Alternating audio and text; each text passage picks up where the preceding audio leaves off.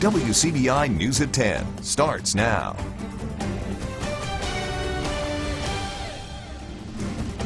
A Tupelo man wanted for kidnapping and sexual assault has now been captured. Thanks for joining us tonight. I'm Quentin Smith. Earlier today, Tupelo police, with help from the U.S. Marshals Fugitive Task Force, arrested 28-year-old Timothy Allen Williams. Williams is the prime suspect in an almost one-month-long kidnapping and rape investigation. Police responded to the Motel 6 on McCullough Boulevard in late January for a robbery. However, when officers arrived, they found a woman inside a room. Investigators say she was held at gunpoint and sexually assaulted. Tupelo police have not released where Williams was captured. No injuries were reported. A Starkville kidnapping suspect continues to rack up charges and bond costs. John B. Arnold is now facing 2 counts of attempted kidnapping, and after he allegedly removed his monitor to try and evade law enforcement on Friday, he now also faces 2 counts of contempt of court. Arnold was back in court again tonight, and the judge added an extra $2,000 to his bond for the contempt charges. Arnold's bond now sits at $10,002,000. His next court appearance is set for March 21st. The probe into social media threats against New Hope School is expanding. So far, at least 8 people have been interviewed as persons of interest in that case. Federal and state agents, along with Lowndes County deputies, are conducting the investigation. Now, other potential suspects will be interviewed, and so far, all are believed to be juveniles. At least 1 threat was made on Facebook and started making the social media circles on Sunday. No arrest has been made. Sheriff Mike Arledge says information has been requested from Facebook. He also does not believe that there is a legitimate threat. However, there will be an increased security at Lowndes County schools in the upcoming days and weeks. And Columbus police will be seen more often on school campuses for the remainder of the year. This decision comes after the recent threats. The increased presence includes a walkthrough of the campuses by officers, giving assistance to school resource officers, as well as other security measures at the Columbus Municipal School District buildings. Police Chief Fred Shelton encourages people to report anything suspicious they see on social media. 2 Monroe County residents are accused of selling meth and are now in jail. Tammy Lee Carter and Randy Dean Hathcock are both charged with possession of a controlled substance with intent to sell. The duo were arrested over the weekend. Sheriff Cecil Cantrell says deputies seized 17 guns, 40 grams of ice, money, and vehicles during the arrest. Investigators were tipped off about Carter and Hathcock allegedly selling the pure form of methamphetamine. Cantrell says once they learned of the reported drug deals, deputies moved quickly to make an arrest. We put 2 more drug dealers out of business here in Monroe County. It's not going to be tolerated in our county. We just keep sending a message by busting these people, and people that sell drugs here in Monroe County, we're going to deal with you. Carter and Hathcock both remain in the Monroe County Jail. And it's now time to turn our attention over to weather. Chief Meteorologist Keith Gibson is standing by with the first look at our forecast. Keith? Hey Quentin, we had a pretty nice day today after those morning clouds went away, and there's the clouds going away right there with our Alpha Insurance time lapse from downtown Columbus earlier on our Monday afternoon and early evening. We had a mild day. We topped out in the mid to upper 60s, currently down into the low to mid 40s in most spots. West Point, the outlier, still holding on to 50. Same story and making it around 51. But we should take it down to around the low 40s or the upper 30s here. Relatively peaceful for us. Now tomorrow back up to around 70. Clouds increase, rain and storms in about 24 hours. The full forecast in just a few minutes. Thanks so much, Keith. The controversial education funding formula rewrite is facing a new deadline. The House passed its version of the formula rewrite in mid-January. Now, the Senate will bring it down to the wire by taking it up to the committee on deadline day. Courtney Ann Jackson explains. Madison County Superintendent Ronnie McGehee and his staff have been running the numbers on the proposed rewrite. At face value, he says this. The simplicity of the formula is welcomed. You can take your total number of enrollment by the definition of your students, put a value to it, and you come up with a potential income. But McGehee says they can't find language that would guarantee the money at those levels after year 2. And he's concerned about funding based on average daily membership rather than average daily attendance. That means there would essentially be a head count on 3 designated days. They're October, January, and May. And if you miss the 93% threshold, it sure looks punitive financially for a district. You must remember, Very few, if any of us, have a 100% ADA for all of our students. So our threshold is not 7% leeway. Now, the Senate Education Chair did make a few changes to the House version, including the poverty definition and how the formula funds low-income students. The House proposal would rely on census data, while the Senate version chooses a 3-year average. That's a welcome change for most districts. Still, groups like the Mississippi Association of Educators want to see the rewrite scrapped altogether. HB 957 at its core reduces the amount of funds that go to public education by about $200 million. MAE would instead rather see lawmakers make a commitment to fully fund the existing formula. There's no guarantee that the Mississippi legislature will fully fund education anytime, even if we have this, even if HB 957 comes about or passes, which we hope it doesn't. Superintendent McGehee says they're also closely monitoring the potential impact on funding for career and technical education. The Senate Education Committee meets tomorrow morning at 11. One member of the state Senate may be missing a few votes to hit the higher campaign trail for a higher office. State Senator Chris McDaniel says he may challenge Senator Roger Wicker for a seat. Now, this won't be McDaniel's first run for the Senate. In 2014, he lost in the primary to Senator Thad Cochran. McDaniel plans to hold an event Wednesday in his hometown of Ellisville, one day before the deadline to qualify. Now, it is likely that he'll announce his intentions to run. A federal lawsuit claims hostility towards the LGBT community is the sole reason Starkville aldermen denied a request for a pride parade to be held in the city. Noted civil rights attorney Roberta Kaplan says in the filing that Starkville Pride met every requirement in its permit application. The suit essentially says each of the 88 parade permits requested since 2010 have been approved. It also points out that during the discussion with the public before the vote, every comment centered on the sexual orientation of the organizers and no questions about logistics or costs to the city were asked. Kaplan says Alderman Carver, Perkins, Little, and Vaughn all voted against the permit, but no comments during the open debate. The suit wants the city to reverse its decision, and if it doesn't happen in a timely manner, it wants a federal judge to grant an injunction allowing the parade to be on March 24th. Now, although that lawsuit doesn't ask for monetary damages, that doesn't mean it won't cost the city and county some money. The decision comes only a few months after Starkville leaders announced the site for their new industrial park. And as our Parker King reports, the negative publicity could have a ripple effect in attracting tenants for the site. The 8225 corridor is the future of Starkville industry. Being in the nation's poorest state makes the site a hard sell to companies already. But the recent Board of Aldermen decision to deny Starkville Pride's parade proposal could make the sell even harder. Companies that are not from here that are looking to locate in any place USA, read your newspapers, watch your news, kind of keep an eye on what's going on, and anytime that there's negative press regarding anything, companies generally take note. And that decision received negative press across the country. Leaders at the partnership understand companies look at more than the location of a site. Within a community itself, things like education, healthcare, quality of life are all huge dynamics that corporations look for when they're looking to move to a new location. CEO Scott Maynard and his team hope to mend this wound in community relations. The partnership represents all people. We want to make sure that any organization knows we're here to support, and the community as a whole, I think, is here to support everyone equally and provide opportunities for everyone within our community. Time could still be on Starkville's side, as the park itself is not set to open until 2019.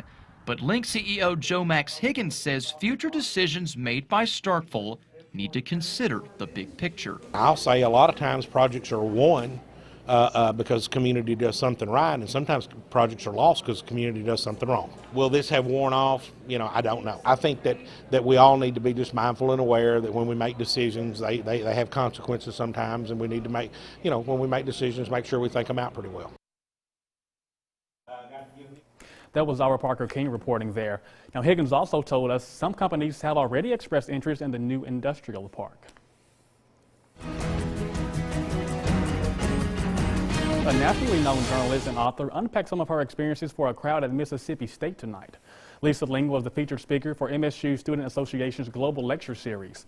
Now, Ling hosts CNN's This Is Life, which focuses on people bringing about positive social change around the world. The former Nightline anchor made her reputation as an investigative reporter. She also found herself in the diplomatic arena as she had to work with the State Department to help negotiate her sister's release from a North Korean prison. What I want to try to do tonight is encourage young people to try and travel as much as they can. You know, before they leave college, while they have the time, while they aren't encumbered by having kids or having a full-time job, I want to try and encourage them to leave their comfort zone and experience the world if they can. Ling has also co-authored 2 books. All quiet in our region right now. Here's Futurecast as we go throughout the next 24 hours. And notice how we will see some clouds build in during the day tomorrow. And then tomorrow evening and tomorrow night, more showers and storms. Some locally heavy rain is coming on back. The full forecast is next.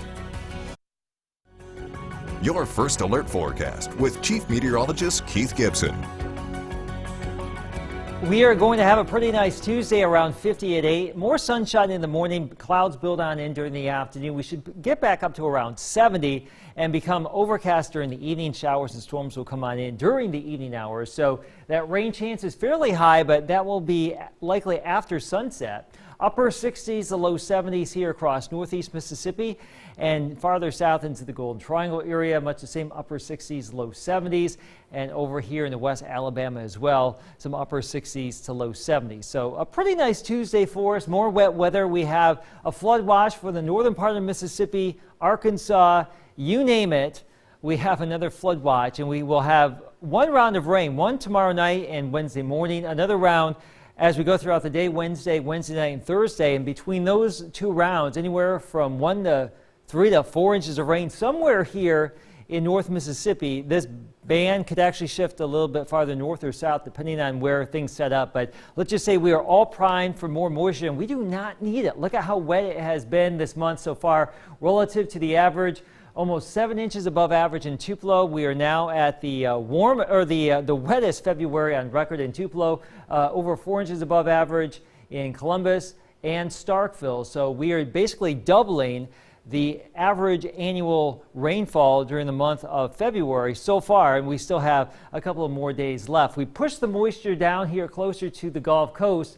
We've got some dry air coming on in with a northerly breeze now, but look at how this warm front's going to move on through tomorrow, and deep tropical moisture will invade the region again, and we'll have another little disturbance come on in, and that will help kick off the showers and storms. There could be some strong to severe storms in the region on Wednesday and Wednesday night. We're on the fringe of the worst of the weather. Better opportunity for maybe some gusty wind and some hail back to the west, but we'll just see how this evolves. Never say never with Mother Nature.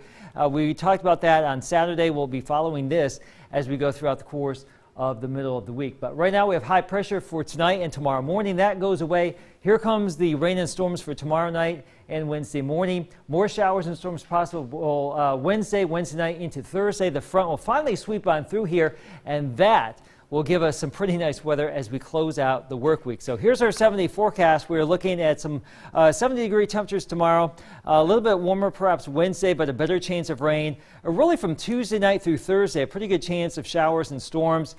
Sunshine returns Friday, only around 60, sunny and 65 on Saturday. Lows down into the 30s again. A pretty nice start to the weekend with some more rain possible early next week. This is it. High school hoops heats up as teams try to punch their tickets for Jackson. Robbie has highlights later in sports. Welcome back, everyone. The human heart is a large muscle, and a heart attack can cause some serious damage to it. But there are ways to re-strengthen the organ. We find out about cardiac rehab in tonight's Health Talk with Baptist. Hi, I'm Kayla Pruitt, Director of Cardiovascular Services at Baptist Memorial Hospital, Golden Triangle. Tonight, I want to discuss cardiac rehab. Cardiac rehab is a medically supervised program for people who have suffered a cardiac event. The program includes an individualized and personalized treatment plan designed to improve your cardiovascular health. Your individualized plan includes instruction on physical activity, nutrition, stress management, and other health-related areas in a controlled environment. Cardiac rehab is an important part of the treatment for your specific heart problem. If you have had one of the following diagnoses, you may be eligible to participate: heart attack, angina or chest pain, coronary artery angioplasty or stents, open heart surgery such as coronary bypass or valve surgery, heart failure, heart transplant. The cardiac rehab team consists of physicians, nurses, exercise specialists, nutritionists, and other healthcare professionals to ensure the best treatment for each individual patient. Cardiac rehab is usually provided in an outpatient clinic or hospital rehab center where you will learn how to exercise safely and increase your physical activity. Baptist Golden Triangle offers a certified cardiac rehab program to help you in your recovery from a cardiac event. Tonight we have addressed the definition of cardiac rehab. Join us next time for Health Talk with Baptist when we will discuss what a cardiac rehab program offers. Mail your topic suggestions to healthtalk@wcbi.com. Health Talk has been brought to you by Baptist Memorial Hospital Golden Triangle. Coming up, a potentially historic night for high school basketball. Highlights of Choctaw County and North Pontotoc next in sports. Here's WCBI Sports with Robbie Donahoe.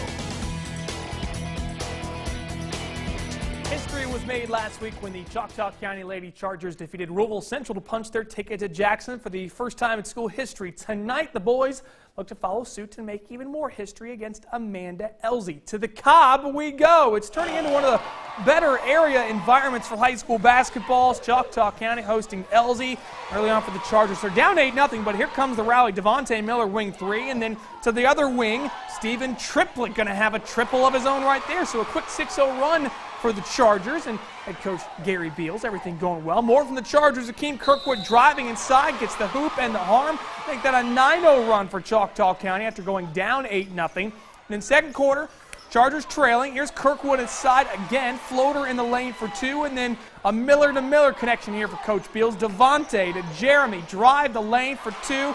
The Choctaw County boys are going to Jackson for the first time ever. They win 67-60 over Jackson as they advance, or over Elsie to advance in the 3A playoffs. Up to Ekron, North Pontotoc honoring members of the 79 Vikings basketball team. That was the last North Pontotoc team to make it to Jackson. Tonight's Vikings 1 win away from Jackson. Had to beat North Panola to do it. Jeremy Bradley starting things off on the right foot. How about that for a three-pointer and the foul? 4-point play there for the Vikings, and then here comes Clark Mills. Steal and score. V-Man looking good. And then later, here's Kanan Lockridge driving to the rim. Now he misses, but Jacquez Berry right there for the stick back plus the foul. Vikings hung tough throughout. Here's Perez Dilworth going along the baseline here, put it on spin cycle, and the floater goes for 2, but North Pontotoc, their historic season comes to an end, falling 66-58 to North Panola. All right, to men's basketball, college hoops. Every game since the loss to Vandy has been big for Mississippi State's hopes of getting into the NCAA tournament. But tomorrow night against Tennessee, that's the largest opportunity to bolster a resume that needs another quality win. The Bulldogs hope they can get the win and open the eyes of the selection committee in the process. I hope that one of the factors that they used to always talk about is how you're playing lately, and you look at your last third and the eye test, actually watching games. People on the committee are watching games every night. I mean, that's their job. It's not just the numbers, it's also actually looking and watching and seeing how teams are playing. I feel like we deserve to be in this opportunity because of how hard we worked and just the progression that we've shown over the last 2 to 3 years. So it's a great feeling to be right here.